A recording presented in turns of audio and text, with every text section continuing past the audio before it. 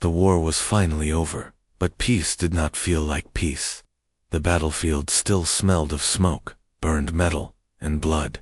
Broken ships floated in the dark sky above, drifting like dead whales, while the ground below was scarred with craters, ash, and ruins of cities that once held laughter.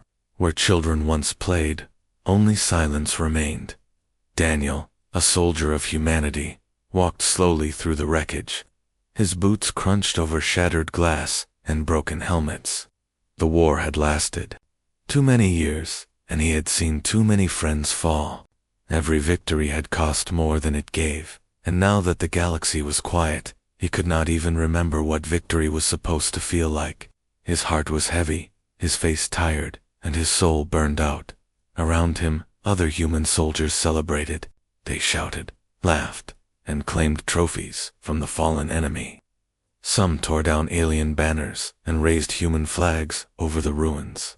Others plundered, breaking into houses and dragging out survivors, treating them not as people, but as spoils. Daniel could not join them. He had seen enough chains, enough screams, enough cruelty. War had already stolen so much from him. He did not wish to take anything more. As he walked past a collapsed stone wall, he heard a faint sound. At first he thought it was the wind, but then he heard it again, soft, trembling breaths. He stopped, listening carefully, and then pushed away the broken stones.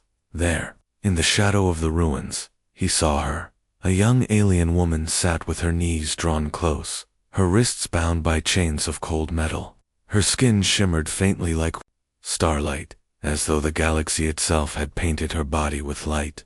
Her hair, tangled and dusty from war, still glowed with strange silver threads. Her eyes, wide and terrified, fixed on him as if he were death itself, come to finish her. Daniel froze. For a moment, he could not move. She was beautiful in a way that was almost painful, fragile, yet proud, broken yet unyielding. He could see the fear in her trembling shoulders, but also a hidden strength in her gaze, like fire refusing to die. One of his fellow soldiers noticed and laughed. "Look at that. You found yourself a prize, Daniel. She's yours if you want her." Spoils of war. The others joined in, their laughter rough and cruel. "Careful," another said, smirking. "These aliens bite. Better chain her tighter before she cuts your throat." Daniel's jaw tightened. He stepped closer, not to claim her, but to see her clearly. Her breaths came quick, like a trapped animal. She expected pain. She expected him to strike her, or drag her away, or worse. That was what soldiers did. That was what the war had taught her to believe.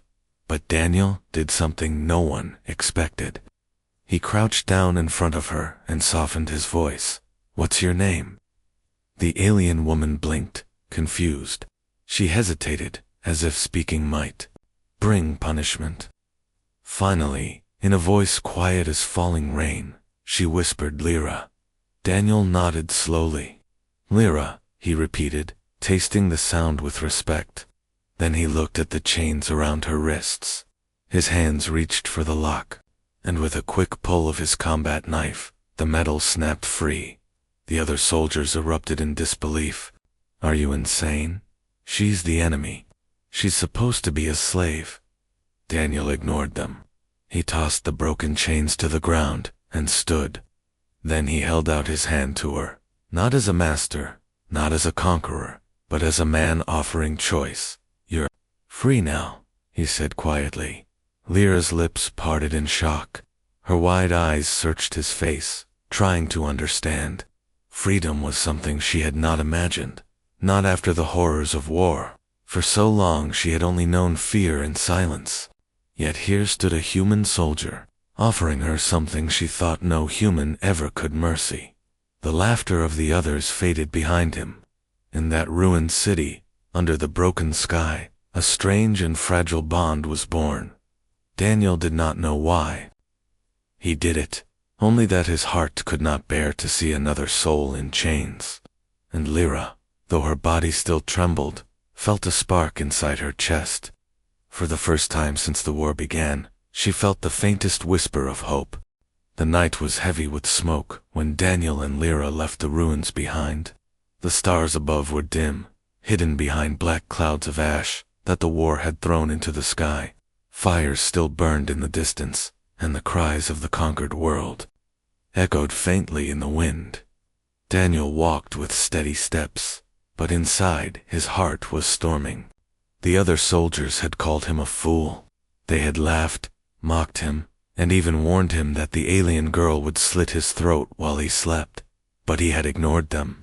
Something deep within him would not let him walk away. He could not look at her as a prize. He could not see her as an object of victory. She was a person, just like him, broken, lost, but alive. Lyra followed at a distance, her steps soft and uncertain. Though her wrists were free, her spirit was still bound by fear. She did not run, though she easily could have. Her people had been hunted down, her home burned, her kin scattered. She had no safe place to run to, and yet she did not trust this human soldier either. She had seen what humans did. Her eyes had watched soldiers drag women in chains, strike down children, and laugh while cities burned. To her, Daniel was no different. Not yet. They stopped near the skeleton of a collapsed building. Daniel built a small fire, using scraps of wood that had survived the destruction. The orange glow flickered across his tired face, carving shadows into his features. His uniform was torn and stained with the blood of battles long past, but his eyes were not cruel. They were weary, haunted, but not cruel. He broke a ration bar in half and offered one piece to her. Lyra stared at it as if it were poisoned. "It's food," Daniel said softly. "Not much, but it'll keep you alive." Her hands trembled as she reached out. For a moment, her fingers brushed his palm. The touch was so light, yet Daniel felt the weight of her fear in it. She pulled back quickly, clutching the food, as if afraid he might change his mind. She ate in silence, her eyes never leaving him. Hours passed. The fire crackled, the ruined world around them groaned in the wind, and neither spoke. Finally, Lyra broke the silence. Her voice was quiet, but sharp with suspicion. "Why?" Daniel looked at her. "Why? What? Why free me?" she whispered. Others take, others chain. You cut the chains. Why?" Daniel stared into the fire for a long moment. His memories came rushing back. Friends screaming on the battlefield. Faces he would never see again. The bitter cost of every so-called victory. He shook his head slowly. "Because I've seen too many chains," he said. "Too many graves. I can't. I won't add another." His voice carried no pride, only tired truth. Lyra studied him. Her mind wanted to reject his words, to cling to the image of humans as monsters. But something inside her hesitated. Something inside her wanted to believe. "Do you expect me to serve you now?" she asked carefully. Daniel turned to her, and his answer was simple. "No, I expect you to live." The word struck her harder than any weapon. For so long, her life had been a prize to be claimed, a thing to be taken. Now, here was a soldier, telling her she owed nothing. She could not understand it. She did not trust it. But deep in her chest, where sorrow had built a cold wall, she felt a small crack form. The night grew colder. Daniel lay back against the rubble, resting but not sleeping. He kept his rifle close, not for her, but for the dangers that still prowled. The ruins. Lyra curled near the fire, her eyes heavy yet restless. She watched him as the flames painted his face in soft orange light. She whispered to herself in her own language, words Daniel could not understand. "Why are you different?" Daniel did not hear, but he stirred slightly, as if sensing her question even in his dreams. The war had taken everything from both of them. Yet in this fragile moment, something new was beginning. It was not trust, not yet, but it was the first step toward it, and in the ruins of a broken world, even the smallest step mattered. The days after the fire were long and heavy. Daniel and Lyra moved slowly through the ruined land, walking between broken cities and silent fields where nothing grew anymore. The war had stolen even the soil, leaving behind only ash and twisted metal. Daniel carried his rifle across his back, scanning the shadows with sharp eyes. Though the war was over, danger was still everywhere. Stragglers, deserters, raidersmen, who no longer fought for nations but for survival, haunted the broken roads. Lyra followed him, keeping her distance, her silver hair catching the light of the fading sun. They spoke little at first. Daniel did not want to push her.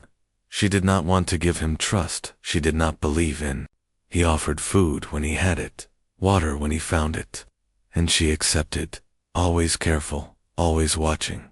One evening, when the sky burned red with sunset, they stopped near the ruins of a shattered bridge. Daniel set down his pack and gathered scraps of wood. He built another small fire, the flames dancing against the ruined stones. Lyra sat across from him, her arms wrapped around her knees. Her eyes glimmered in the firelight, sharp and searching. She studied him as though he were a puzzle she could not solve. Finally, she spoke. "Why do you keep me with you?" Daniel paused, his hand frozen over the fire.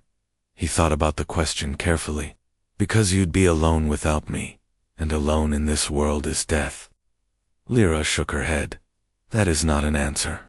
You could have left me. You could have given me back to your soldiers. Why not?" Daniel's chest tightened. He had asked himself the same thing. Why hadn't he walked away? Why had he cut her chains when it would have been easier to leave her? He stared into the fire as memories clawed at him. He saw the face of his brother, who had died on a battlefield far from home.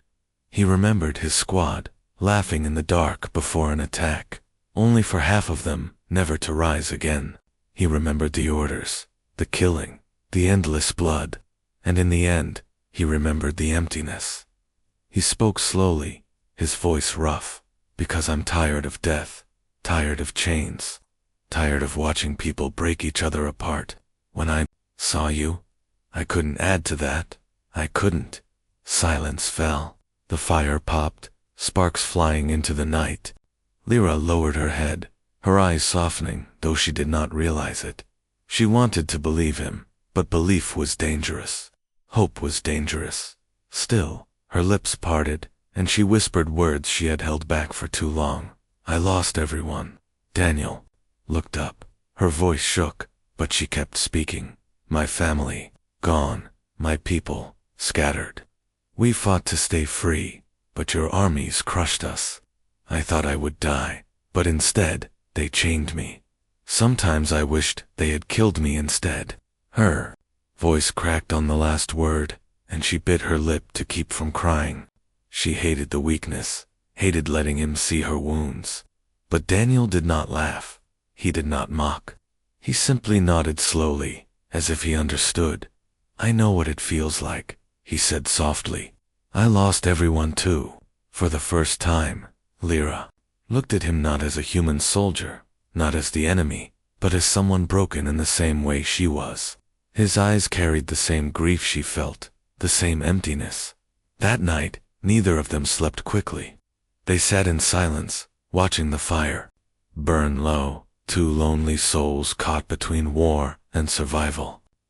Lyra found herself wondering if maybe, just maybe, this man was not like the others. When she finally lay down, the stars above seemed a little brighter, and Daniel, staring at the night sky, felt the heavy weight of war lift just slightly from his chest. Thought it was not trust yet, not love, but for the first time since the galaxy had fallen into fire, there was understanding.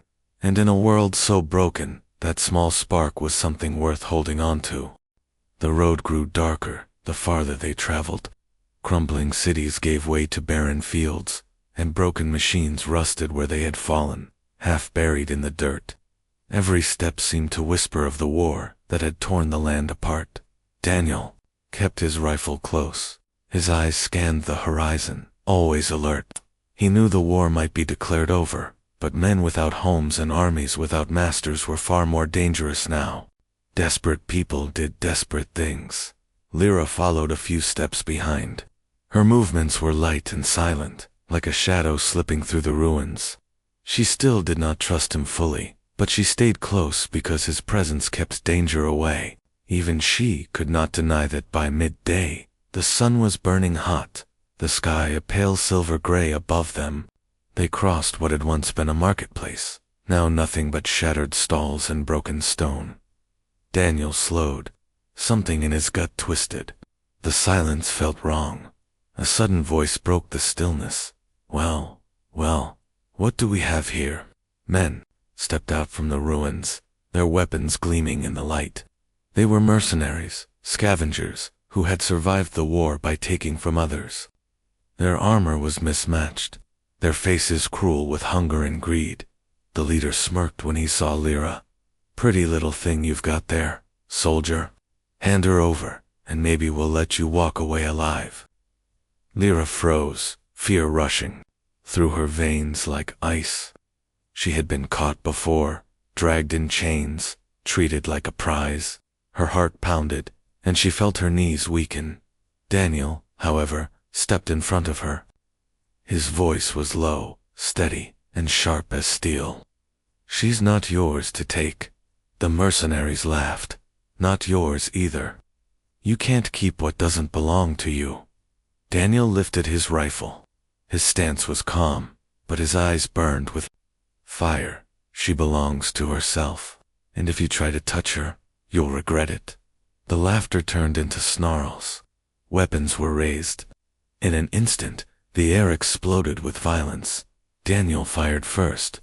The crack of his rifle echoed off the ruins, dropping the first man where he stood. The others rushed forward, blades flashing, guns firing. Daniel moved like a storm, every motion fierce, controlled, born of years of survival on battlefields far worse than this. Lyra ducked behind the rubble, her heart racing as she watched. She had seen humans fight before, but never like this. Daniel did not fight for conquest. He did not fight for pride. He fought with a raw, burning will to protect. Bullets tore past him. A blade slashed across his arm, drawing blood, but Daniel did not falter. He drove the attacker to the ground and struck hard, his rifle butt cracking against bone. He rolled, fired again, and the mercenaries fell one by one. The last man lunged with a roar, but Daniel caught him, twisted, and sent him crashing into the dust. Silence returned, broken only by Daniel's ragged breathing. He staggered, blood dripping down his side from a deep cut. His chest rose and fell heavily, his strength pushed to its edge. Lyra rushed from her hiding place. She dropped to her knees beside him, her silver hair falling across her face as she pressed her hands against his wound. Her eyes filled with tears she had not wanted to shed. "You fool," she whispered. "Why risk your life for me?" Daniel gave her a tired smile, his lips pale. "Because you're not a slave. Not anymore. I won't let anyone take you back to chains." Her heart trembled. These were not words she had ever expected from a human. She had expected cruelty, commands, ownership. Instead, she saw a man bleeding for her freedom. Lyra pressed harder on the wound, desperate to keep him alive. "Stay with me," she whispered, her voice breaking. "Please." Daniel's eyes closed briefly, but he nodded. "I will, I promise." As the fire of battle faded, something else burned brighter between them. Lyra, for the first time, did not see him as a soldier, or an enemy, or even just a protector. She saw him as someone who carried pain, yet chose kindness.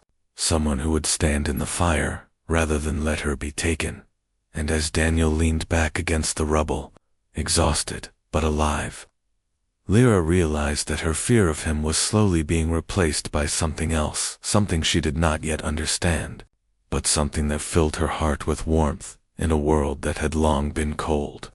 The days after the ambush passed in slow silence. Daniel's wounds were deep, and though he refused to admit it, every step sent pain through his body. His uniform was torn, stained with his blood, and his face looked pale under the weak sun.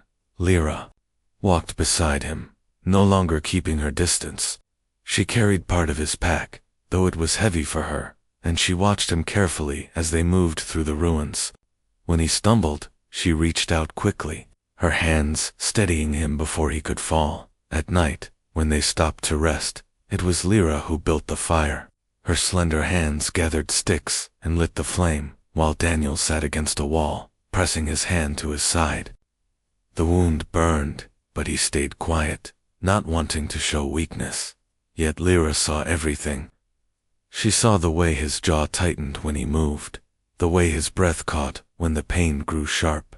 Finally, one night, she could no longer stay silent. "Take off your jacket," she said firmly. Daniel blinked at her. "What?" "Your jacket. Let me see the wound." He shook his head. "It's fine. I've had worse." Her eyes narrowed. "You bleed every night. That is not fine." There was no anger in her voice, only a strange determination. Daniel sighed, too tired to argue, and unbuttoned his jacket slowly. The cloth peeled away, revealing the cut across his side, red and swollen. Lyra's heart clenched. She had seen wounds before, seen men broken by war, but something inside her twisted differently this time. She did not want him to suffer. Not him.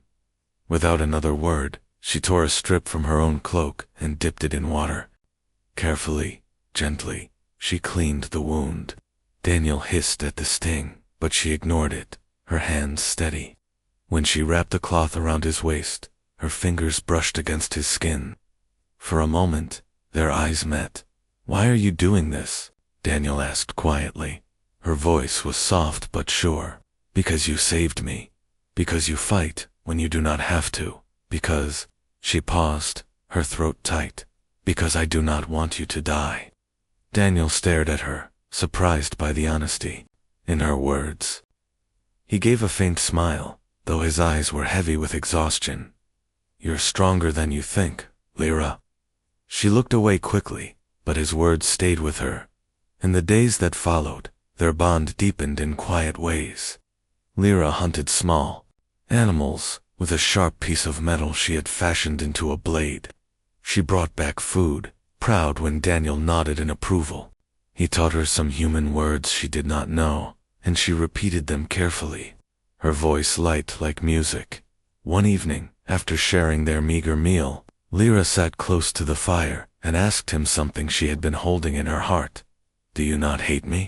Daniel tilted his head. "Hate you? Why would I? I am alien," she whispered. "Your people fought mine. You killed us. We killed you. The war made us enemies.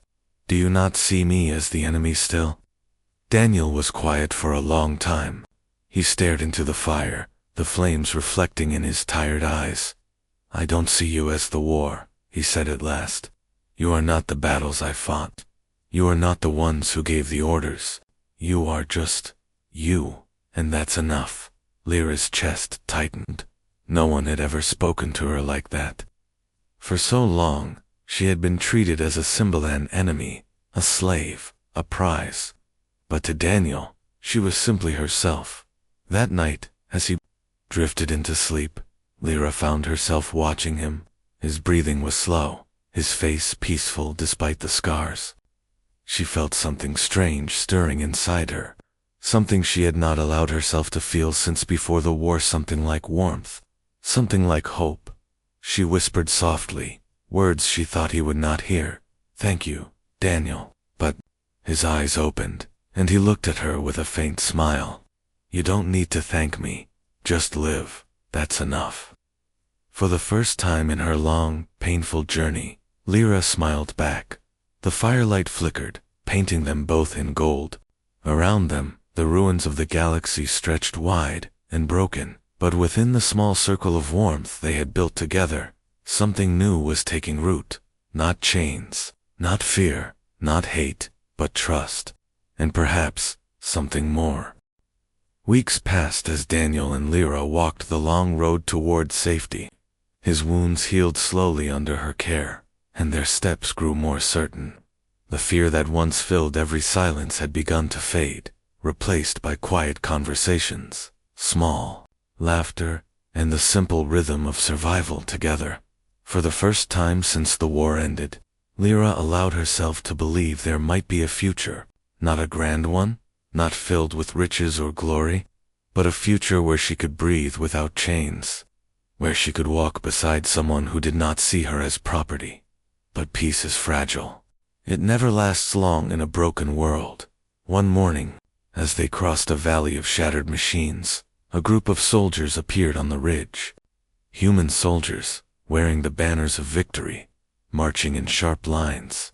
At their front rode an officer on a mechanical beast, his polished armor gleaming in the pale sun. His eyes were cold, his jaw sharp, his face carved by discipline and pride. The officer spotted them and raised a hand. His soldiers spread out, weapons ready. Daniel tensed immediately, his rifle sliding into his hands. Lyra froze, her heart racing. The officer dismounted and strode forward. His gaze moved over Daniel, dismissing him quickly, then locked onto Lyra. His lips curved in a cruel smile. "So," he said, "one of the alien spoils. What are you doing with her, soldier?" Daniel's grip tightened on his rifle. "She's not a spoil. She's free." The officer's smile vanished. His eyes hardened like stone. "Don't be foolish. These creatures are property now. The war gave them to us. If you've kept her, then she belongs to the command, not to you. Hand her over." Daniel stepped in front of Lyra, his stance unyielding. "No." The soldiers around them raised their rifles. Lyra's breath caught in her throat. Her body trembled, not from cold, but from fear. She had been here before, surrounded, claimed, powerless. The officer's voice grew sharp. "You defy orders. You dare to disobey the chain of command for this alien." He spat the word as though it were poison. Daniel's voice was steady, though fire burned in his eyes. "She is not yours. She is not mine. She belongs only to herself." The soldiers shifted uneasily. Some of them frowned, glancing at one another. They were not used to hearing such words from their own kind. The officer snarled, "Enough. Step aside, soldier, or I'll have you shot for treason." Daniel raised his rifle, his body a shield, between Lyra and the officer. "Then you'll have to shoot me first."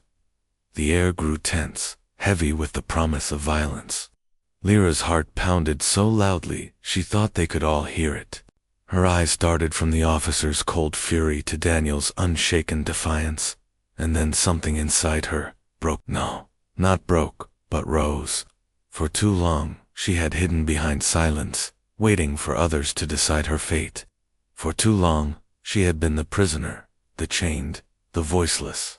But Daniel's courage, his sacrifice, had planted something new in her heart. She stepped forward. The soldiers murmured in surprise as Lyra moved past Daniel's side. Her silver hair caught the light, her eyes no longer filled with fear, but with strength. She raised her chin, her voice clear and steady. "I am not property," she said. The words rang in the still air, strong enough to shake even the silence of the valley. "I am not a prize of war. I am not his, and I am not yours. I choose where I stand, and I choose to stand here with him." Her voice carried not just to the officer, but to every soldier present. For the first time since her world was destroyed, she spoke not as a victim, but as someone free. The officer's face twisted with rage, but the soldiers behind him hesitated. They shifted, uneasy, their eyes flicking between their commander and the alien woman who spoke with such fire. Daniel lowered his rifle slightly, pride shining in his tired eyes. He had fought countless battles, but this moment felt like the greatest victory of all, not his victory, but hers. The officer spat curses, furious but powerless. Finally, with a sharp gesture, he turned his soldiers away. "Fine. Keep your filthy creature. You'll regret it, soldier." They marched off, their banners disappearing into the distance. Silence returned to the valley. Lyra stood trembling, her body weak, but her spirit blazing. Daniel looked at her with quiet wonder.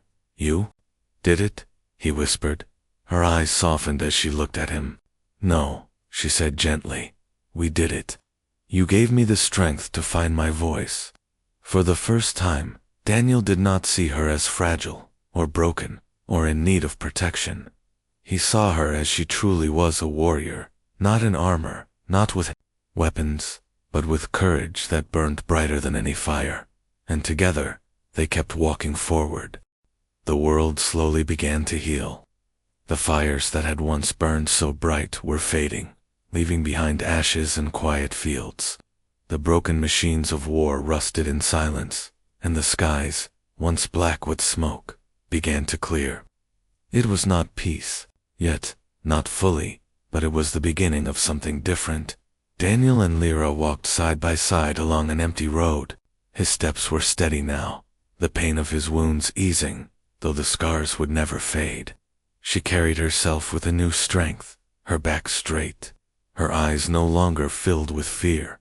For weeks they had traveled together, through ruins and across rivers, through valleys where nothing grew, and hills where the wind howled. But now, as the land slowly softened, they began to see signs of life again, green shoots pushing through the earth, birds returning to the skies, streams running clear instead of red. One evening, they reached the top of a hill. The sun was setting, painting the horizon in gold and crimson. From there, they could see far into the distance, the ruins of cities, the scars of battle, but also villages where smoke rose gently from chimneys, where people were trying to rebuild. Lyra stood, silently, her silver hair shining in the light of the dying sun. Her heart ached with memories of all she had lost, her family, her people, her home. Yet for the first time, the ache was not only sorrow, it was also filled with hope. "Where will we go now?" she asked softly. Daniel looked at the horizon. His face was tired but calm, his eyes filled with quiet strength. "Anywhere," he said. "As long as it's forward." Lyra turned to him, her gaze steady. "And if the world does not accept me?" Daniel smiled faintly. "Then we make our own place. Together." The word hung between them, heavy and bright. Together, they camped that night, under the open sky. The stars above were clearer than they had been in months, no longer hidden by smoke. Daniel lay back against the earth, watching them, and Lyra sat beside him, her knees pulled close, her hands resting lightly in her lap. After a long silence, she spoke. "When I first saw you, I thought you were another captor, another human who would chain me. I was ready to hate you forever." Daniel turned his head to look at her. His voice was gentle, and now, her lips curved into a small, fragile smile.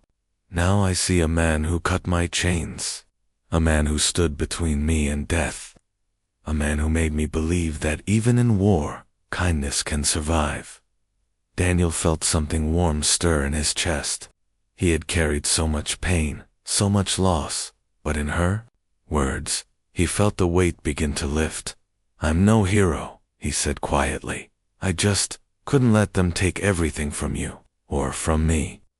"You gave me more than freedom," Lyra whispered. "You gave me back my voice, my choice. You showed me that I am not broken." She looked at him then, really looked at him. His scars, his tired eyes, the shadows of all he had endured. And yet beneath it all, she saw the same thing she had come to carry herself hope. Slowly, she reached out and took his hand. His rough fingers closed around hers, steady and strong. For a long moment, they simply sat there, holding on to each other as the stars wheeled overhead. The galaxy was scarred, yes, entire worlds lay in ruins, but in this small, fragile bond, between a human soldier and an alien girl, something greater than war had been born. It was not about conquest, nor victory, nor revenge. It was about choice, about trust, about two souls refusing to let hate define them. The next morning, when the first light of dawn touched the earth, Daniel and Lyra rose together. They walked down the hill, their steps in rhythm, their shadows stretching long before them. The war was behind them. The future was uncertain, but they were no longer alone. And in that truth lay the greatest victory of all, that even in the darkest times, humanity could still choose compassion and freedom, could bloom where once there had only been chains.